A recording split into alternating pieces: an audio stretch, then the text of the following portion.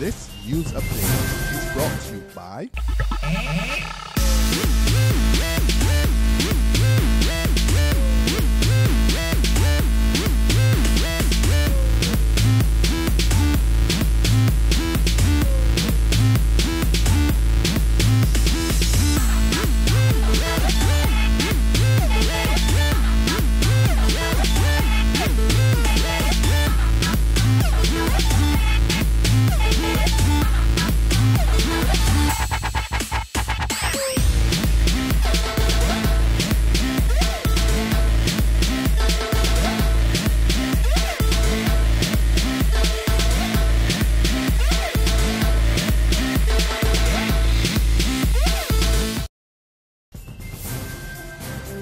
This is the 7 a.m. Barbados Today update for Wednesday, June the 18th, 2014. I'm Emmanuel Joseph.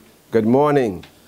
Finance Minister Chris Sinclair strongly denies that the government has further tightened restrictions that make it difficult for foreign exchange to leave the country. Sinclair made the statement in Parliament yesterday evening as he also dismissed claims of a shortage of foreign exchange while responding to concerns raised by opposition MPs. He reported that the country's reserves have stabilized. We have worked hard over the last 9 months to stabilize our foreign reserves position. I am satisfied, Mr. Speaker, sir.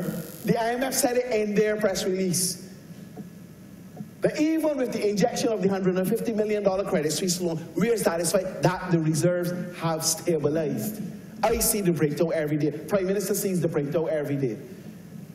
So we know that on the transaction account, what we are bringing in is satisfying what is being paid out. A retired secondary school principal is warning that unless Barbados goes back to at least single-sex classes, countless more Barbadian males will be lost. Desmond Brown, who has been named among 9 others in this year's 2014 Queen's Birthday Honours list, describes co-education as a scourge to the island's males. The educator of more than 40 years tells Barbados Today there should be separate schools or classes for boys and girls. I think it interferes with one is the supporting prowess that may be available for people to use in schools. It diminishes because in the presence of girls nobody wants to do anything. Everybody wants to be cool and fancy and not sweaty and looking handsome and whatever. As I get to boys at that stage should be rugged and sweaty and developing their whatever it is. And then girls too are kind of, even girls who would want to get involved in activities, I favor single-sex schools. And I would like to see, not necessarily every school being single-sex, but it should be an option. Provide an option where people can send their son, if they want to a quality single-sex school. No new Chikungunya cases have been reported on the island. Word of this from Acting Chief Medical Officer Dr. Elizabeth Ferdinand. Earlier this month, the island reported its first case after one sample from a batch of 7 sent to the Caribbean Public Health Agency tested positive. Ferdinand says the ministry has received no further confirmations. In the meantime, she says Barbadians have been calling polyclinics asking whether there is a vaccination for the virus spread by the Aedes aegypti mosquito. She stressed there's no vaccine and the best response is prevention. The environmental health officers have been very busy going out into the community and trying to make sure that there's no breeding spots around, because you know, we're hoping and praying the rain will come soon, but when that rain comes in, there are a lot of containers around that will catch water, and then the eggs will hatch out and breed, so we have to be very careful and clean up. In sports now, Cuthbert Moore Primary and Grantley Prescott Primary made it through to the semi-finals of the Bico Primary School football competition.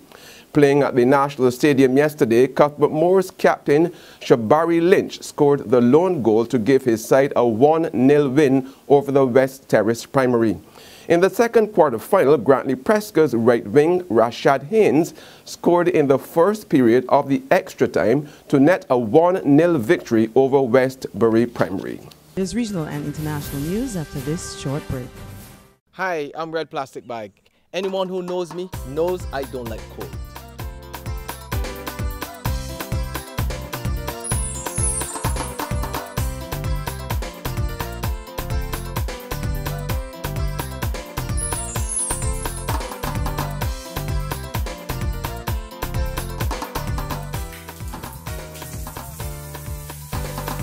Sunshine reigns in my country. I love it.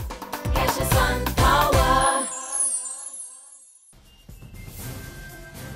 To our Caribbean neighbors now, the cannabis movement of St. Lucia is raising concerns about Jamaica's decision to decriminalize the use of marijuana.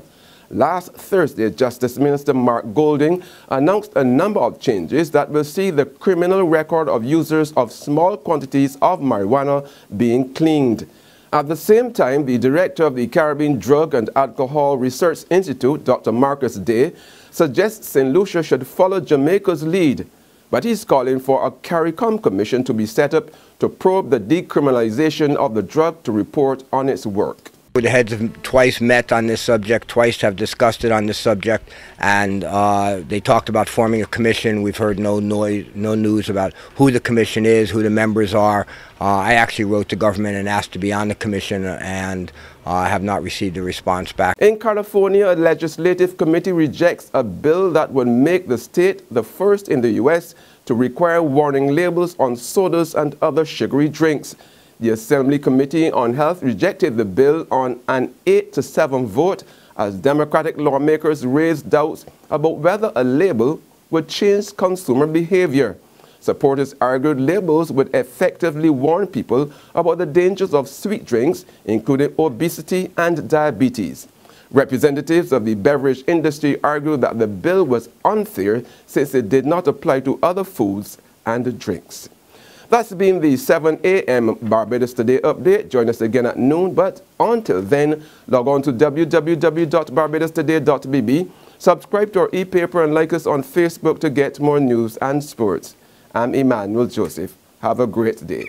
This news update is brought to you by